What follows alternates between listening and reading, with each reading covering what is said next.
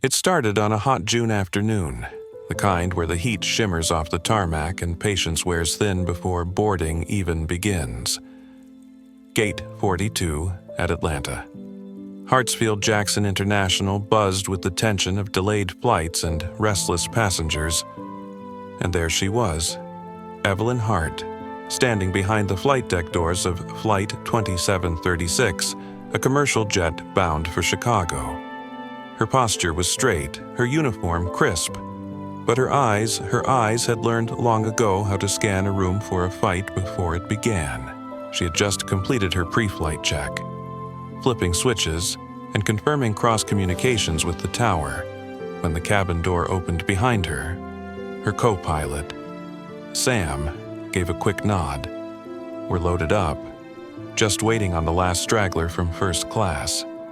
Evelyn gave a small smile, then reached for her cap, her gold aviator wings glinting under the cabin light.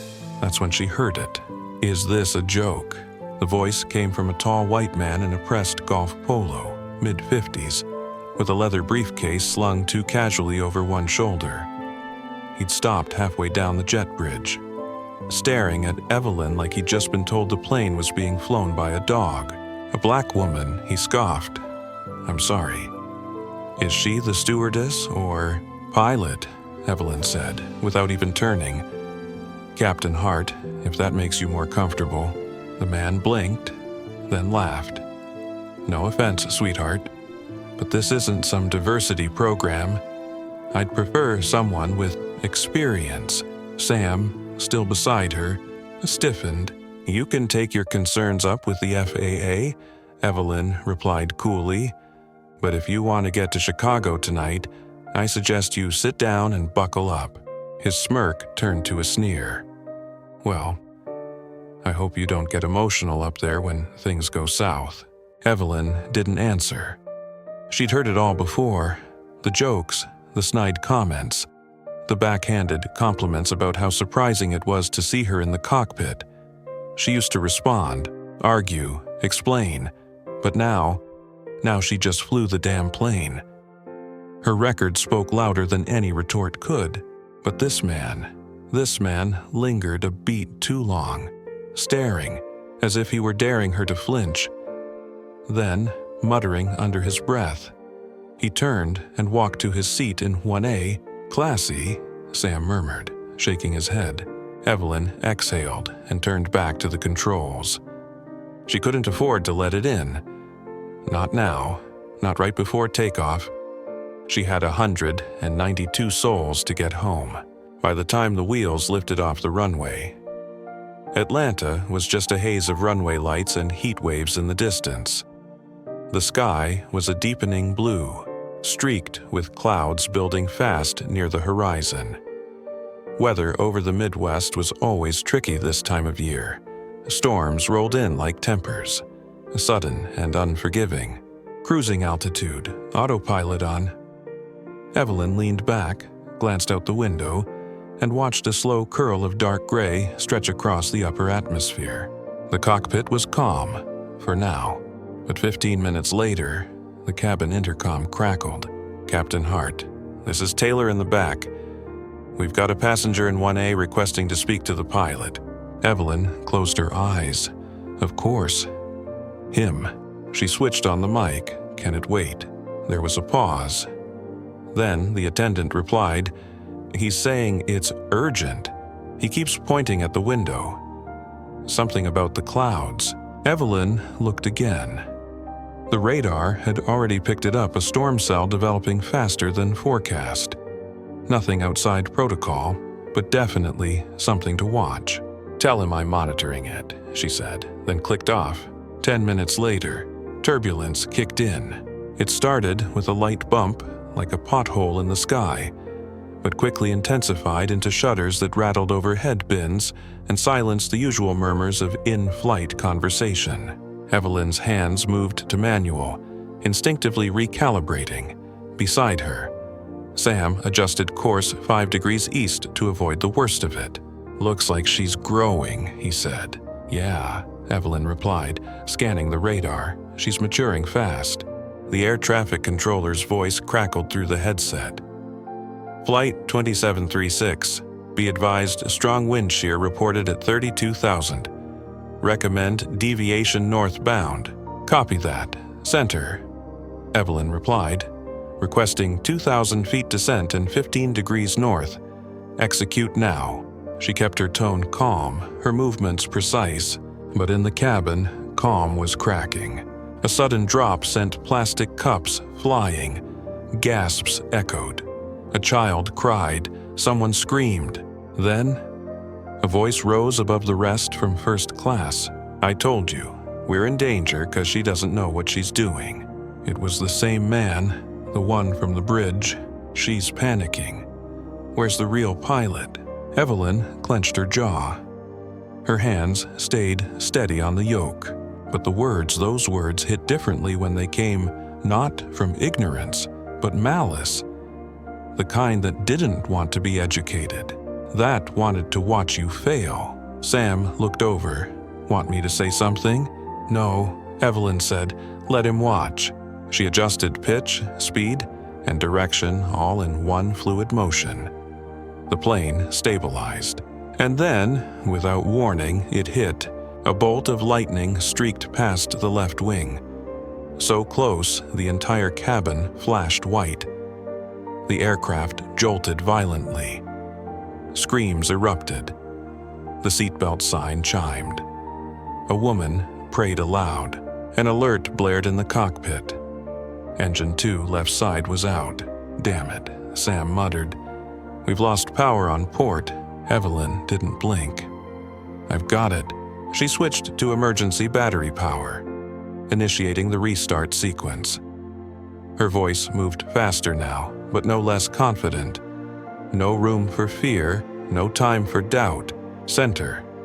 This is Flight 2736, declaring emergency. Engine 2 offline due to lightning strike. Request immediate descent path and nearest diversion airport. She looked out the window. Darkness churned ahead, and she knew this was no longer about proving anything. Not to him, not to the FAA, not even to herself. This was about survival, and she was going to fly them through it. Sam, you with me? Always. As the plane descended into the storm, Evelyn reached into the same muscle memory that had guided her through war zones, midnight medevacs, and training scenarios pilots twice her age had failed, because she wasn't just flying anymore, she was leading. And outside that cockpit door, a cabin full of people, some of whom still doubted her, were about to learn who Captain Hart really was. The storm was no longer just a storm, it was a monster now. The kind that twisted stomachs and swallowed silence whole. Rain pelted the fuselage with relentless force, each drop sounding like a bullet against metal. The aircraft groaned as it sliced through turbulence, shuddering beneath the weight of violent air pockets and crosswinds. In the cockpit, Evelyn worked like a surgeon in crisis mode. Restart sequence complete. Engine 2 remains offline, Sam reported. Voice tight but controlled. Then we go single engine, Evelyn replied, scanning her instruments. Chicago O'Hare is out. We'll never make it. Divert to Indianapolis. It's closest and has emergency facilities. She keyed into the radio again. Flight 2736 engine failure due to lightning strike. Request emergency landing clearance at Indianapolis International. The response came almost immediately. Flight 2736, roger that. Runway 23L is cleared for priority landing. You are number 1 for approach.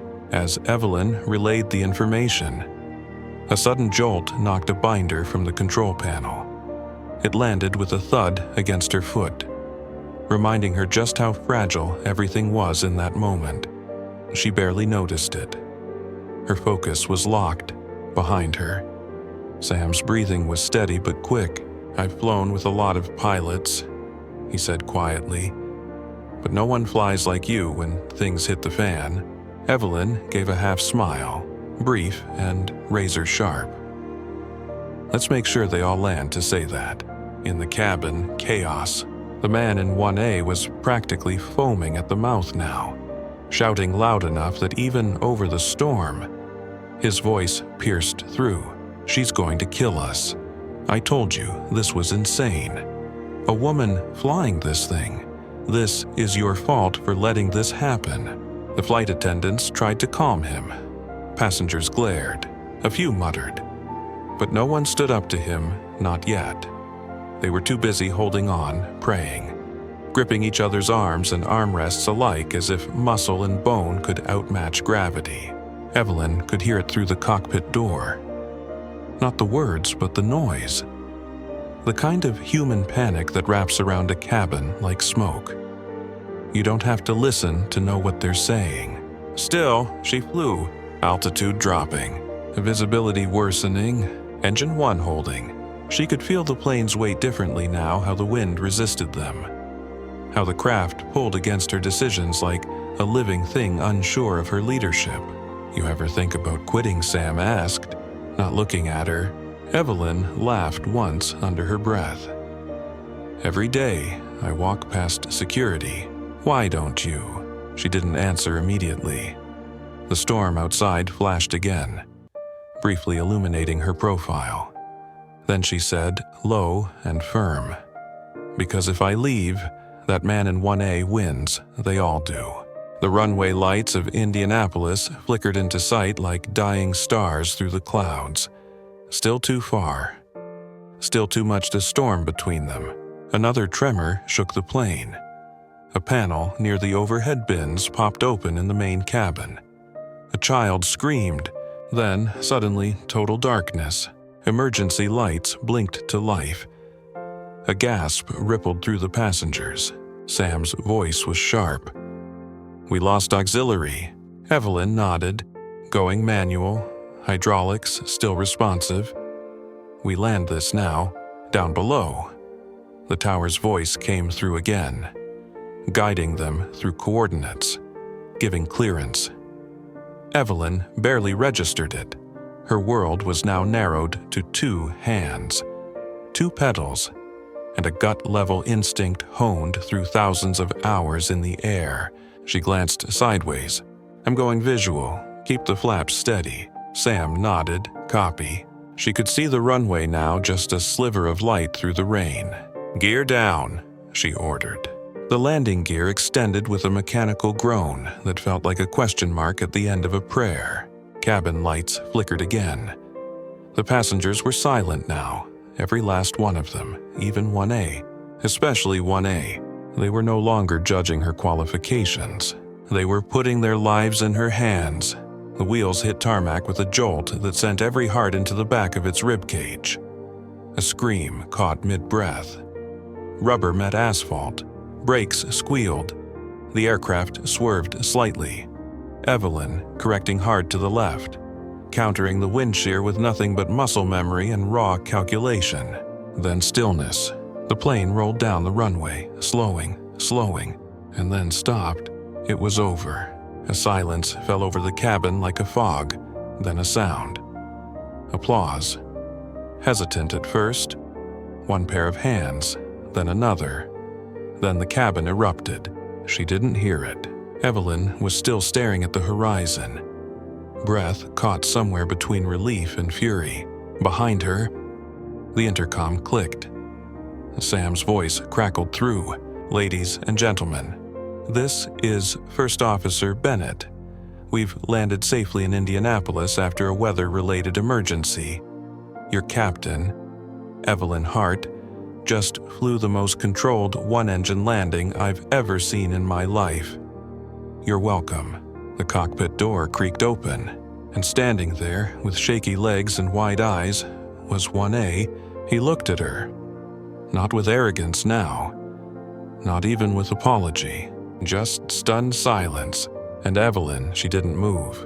She looked him in the eyes and said, calm as the eye of a storm, "Still want to speak to the real pilot." The man in 1A didn't speak. His mouth opened slightly, as if searching for something to say, an excuse, a defense, a cover. But nothing came. He just stood there, rain-drenched light pouring in from the opened exit behind him, casting shadows across his now pale face. Evelyn didn't break eye contact. She didn't need to raise her voice. The weight of everything she had just done, the lives she had held steady through the storm, spoke louder than any monologue could. Her silence was authority. After a long pause, he nodded stiffly. Not an apology. Not quite. But close enough for someone like him, someone who had probably never bowed to anyone, let alone a black woman in command. Then, without another word, he turned and disappeared down the aisle. Evelyn let out the breath she hadn't realized she was holding. The adrenaline hadn't left her body yet. It buzzed in her fingers, hot in her spine, heavy in her chest. But she had a flight to finish, paperwork to complete, a crew to debrief. She wasn't done yet. Back in the cabin, the tension had shifted. There was no more yelling, no more side eyes. Passengers looked at her with a new kind of silence, one born not of skepticism, but awe. And then a little girl in row 17 stood up on her seat and waved. "Miss Pilot," she called out, her voice high and clear. "You saved us." A smattering of laughter rippled through the cabin, soft, healing, like a breeze after a hurricane. Evelyn smiled. The girl's mother pulled her down gently and whispered something in her ear. The girl turned back, still beaming. She didn't see a controversy. She didn't see race or gender or unexpected. She just saw someone who'd flown through lightning and landed a plane when others might have crashed it into the cornfields of Indiana. Down on the tarmac, emergency vehicles stood by, lights swirling but unused. A medic peeked into the cockpit and asked if anyone needed assistance. Evelyn shook her head. "Everyone's intact," she said. "Aircraft's stable. We'll need towing and engine inspection, but no injuries." The ground crew nodded, half impressed, half speechless. It wasn't long before the passengers began filing out. Some gave her a thumbs up, some whispered thank yous. One older woman, trembling slightly, stopped just outside the cockpit and took Evelyn's hand. "You were the calm in the middle of the storm," she said. "I'll remember your face every time I step on a plane again." Evelyn thanked her with a quiet nod. And then 1A returned. He was the last off the plane, lingering by the cockpit door as if trying to decide whether or not to say what he had rehearsed during the descent. His eyes met Evelyn's again. "I misjudged you," he finally said. "You did," she replied. "I was scared," he added, as if that explained everything. "So was everyone else," Evelyn said flatly. "The difference is, they didn't turn fear into insult." He lowered his gaze. Then, in a move that surprised even himself, he extended a hand. A strange, stiff handshake offer. Evelyn looked at it, unmoved. But after a beat, she reached out and shook it, not for him, but for herself. Because grace, she'd learned, wasn't something you offered the deserving. It was something you chose, to stay free from the weight of their ignorance. He walked away, and as he disappeared into the terminal, Evelyn finally sat down in her chair, the one that still smelled faintly of ozone and sweat. Her shoulders dropped. Sam handed her a bottle of water. "You good?" he asked. She nodded. "Yeah, I'm good." He grinned. "Remind me to never question your instincts again." "Good," she replied. "Because next time, I might let you land it." They both laughed. Later, after the debrief and the quiet ride to the hotel, Evelyn stood alone on her balcony, looking out over the lights of Indianapolis. A storm still rumbled faintly in the distance, retreating. Her phone buzzed in her pocket. It was a text from her niece.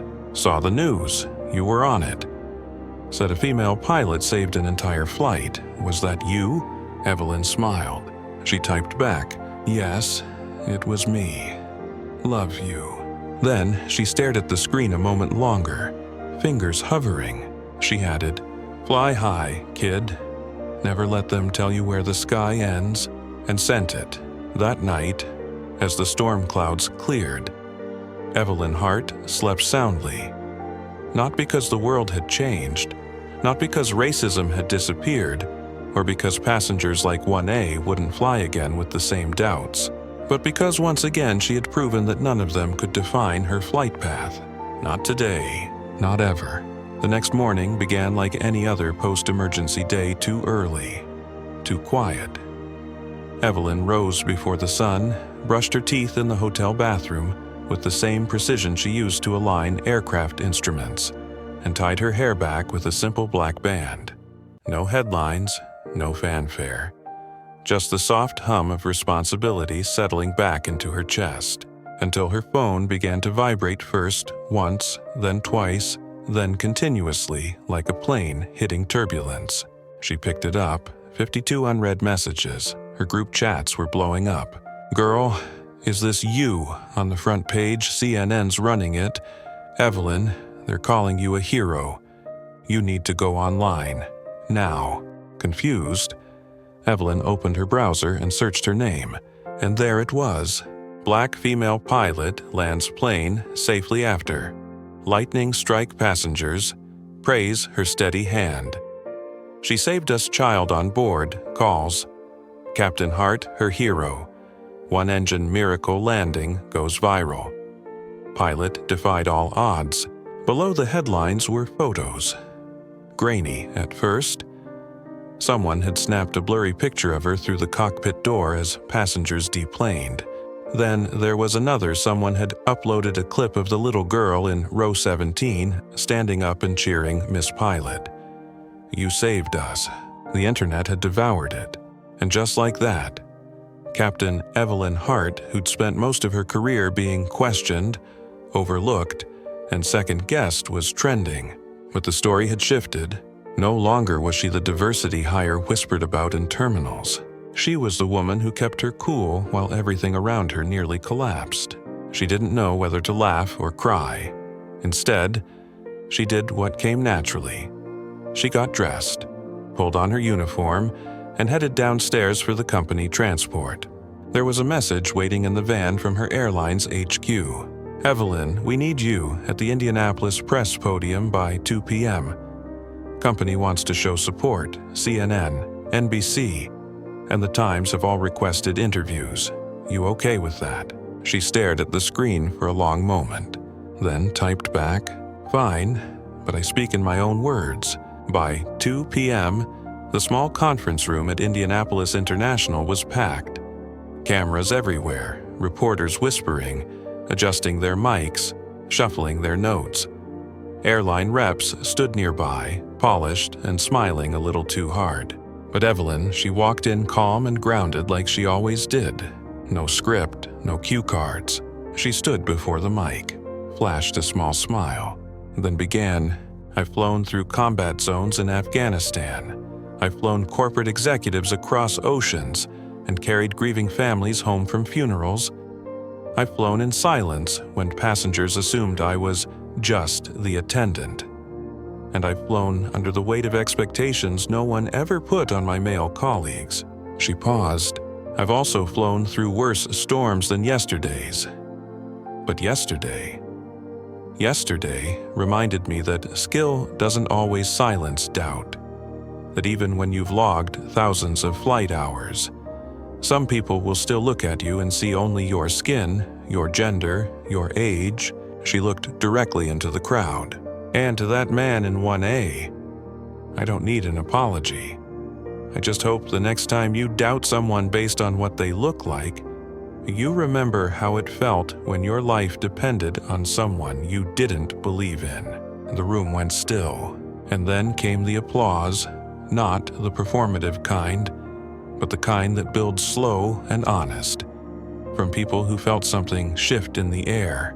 Reporters swarmed her afterward, asking about her training, her background, the turbulence, her calmness under pressure. But one reporter, an older black woman with salt and pepper curls and a warm, steady gaze approached her quietly. "Captain Hart," she said. "I flew with your mother back in '84. She was one of the first black flight attendants at Delta. Told me her daughter would be in the sky one day. Guess she was right." Evelyn blinked. Her throat tightened. "She used to say you were always flying off the couch, off the stairs, even off the porch roof once." That made Evelyn laugh. "She said the world would try to make you small." The woman continued, "But you were born too high for that." Evelyn didn't answer at first. She just nodded, eyes shining now. "Thank you," she whispered. That night, her phone rang again. This time, it was the airline's CEO. "Captain Hart, we're proud of you. We'd like to offer you the keynote speaker position at this year's Aviation Diversity Summit. And we're promoting you to Chief Training Pilot, effective next month." Evelyn's voice didn't waver. "Thank you," she said. "But I want to make sure the next girl who looks like me doesn't have to land a plane with one engine in a thunderstorm to be seen." "Of course," the CEO replied, "and that's why we want you shaping the future." After she hung up, Evelyn finally sat on the edge of her hotel bed. For a moment, she let it all sink in. Not just the applause, not just the interviews or the promotion, but the shift. She hadn't just flown through a storm. She'd flown through a stereotype and came out on the other side, flying higher than ever. A week passed. Then another. The noise quieted, but the ripple didn't stop. Flight schools across the country reported spikes in young black girls enrolling in Intro to Aviation programs. One in Houston renamed their diversity scholarship the Evelyn Hart Flight Award. Students from coast to coast started tagging her name online with captions like, "Because of her, I won't doubt myself again." And at one of the most prestigious all-boys prep academies in Connecticut, a teacher played the clip of Evelyn's emergency landing in her ethics class. After the video ended, one of the students, one of only 3 black kids in the entire school, stood up and said, "That's who I want to be." But not everyone celebrated. Behind closed doors, a quiet investigation had started. Not into Evelyn, into the man in 1A. Turns out, he wasn't just an everyday passenger. His name was Russell C. Merrick, a wealthy investor, known for his campaign donations and country club board seats. But more importantly, he was a member of the airline's executive shareholder circle, which explained his confidence, his entitlement, his assumption that his seat in 1A also came with authority over who sat in the cockpit. And when footage surfaced, footage of him berating flight attendants, pushing past gate staff, and making racially charged remarks to airline employees over the years, HR couldn't ignore it anymore. The board made it quiet, private, a full internal review. But the outcome wasn't so quiet. 3 weeks after the flight, Russell Merrick's name was removed from the airline's advisory roster. He was banned indefinitely from flying with that carrier. A short public statement was released. "We uphold the dignity of every employee. Discrimination has no altitude." Evelyn didn't comment publicly on it. She didn't need to. She wasn't in it for revenge. She was in it for the sky, and it was hers now. Her office, newly moved to the airline's central training facility in Dallas, overlooked a hangar where dozens of fresh-faced cadets filed in daily. Some were shy. Some walked like they already owned the air. But every now and then, one would pause when they saw her name on the door. Captain Evelyn Hart. She'd nod. Sometimes she'd offer a piece of advice.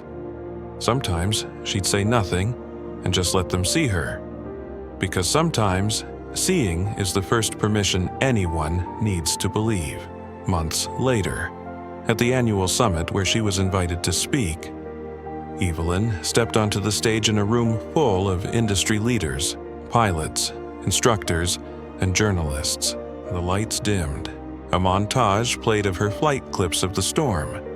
Passenger interviews, that now famous still of her hand steadying the yoke while lightning crackled outside. Then the stage lights returned. She stood at the mic. and spoke. When I was little, I used to stand on my porch in Macon, Georgia, and stretch my arms out like wings. I didn't know the science. I just knew that the sky was waiting. I also knew there would be people who'd say, I didn't belong there. Not someone who looked like me, not someone who sounded like me. They'd say I was too soft, too black, too female. She paused, but they forgot something. Her voice lifted. Storms don't ask what you look like before they hit. They don't care if you're wearing stripes or if your father bought your way into the cockpit. When they come, the only thing that matters is, can you fly through it? The audience was still. You don't get to choose the storm, but you do get to choose whether you let it define you. She looked out over the room, pilots of every background, every story, and smiled. So let them doubt, let them whisper, let them assume.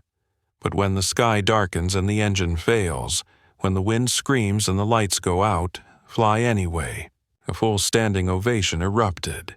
Evelyn stepped back, heart pounding, not from nerves, but from purpose. And as she left the stage, a reporter caught her elbow and asked, "What's next for you, Captain Hart?" She looked out the window, where a new class of cadets was walking across the tarmac in matching jumpsuits, some of them waving when they saw her. She nodded toward them. They are. That night, Evelyn posted one final message to her social feed, her first public words since the flight that changed everything. They said I didn't look like a pilot. I didn't. I looked like a stormbreaker. If this story moved you, don't just scroll away. Share it. Tag someone who needs to be reminded that they can. And tell us in the comments, what storm have you flown through lately? Like this story, if you believe skill has no gender or color, subscribe for more true tales of quiet heroes and unexpected justice. Comment below. What would you say to Captain Hart if you met her?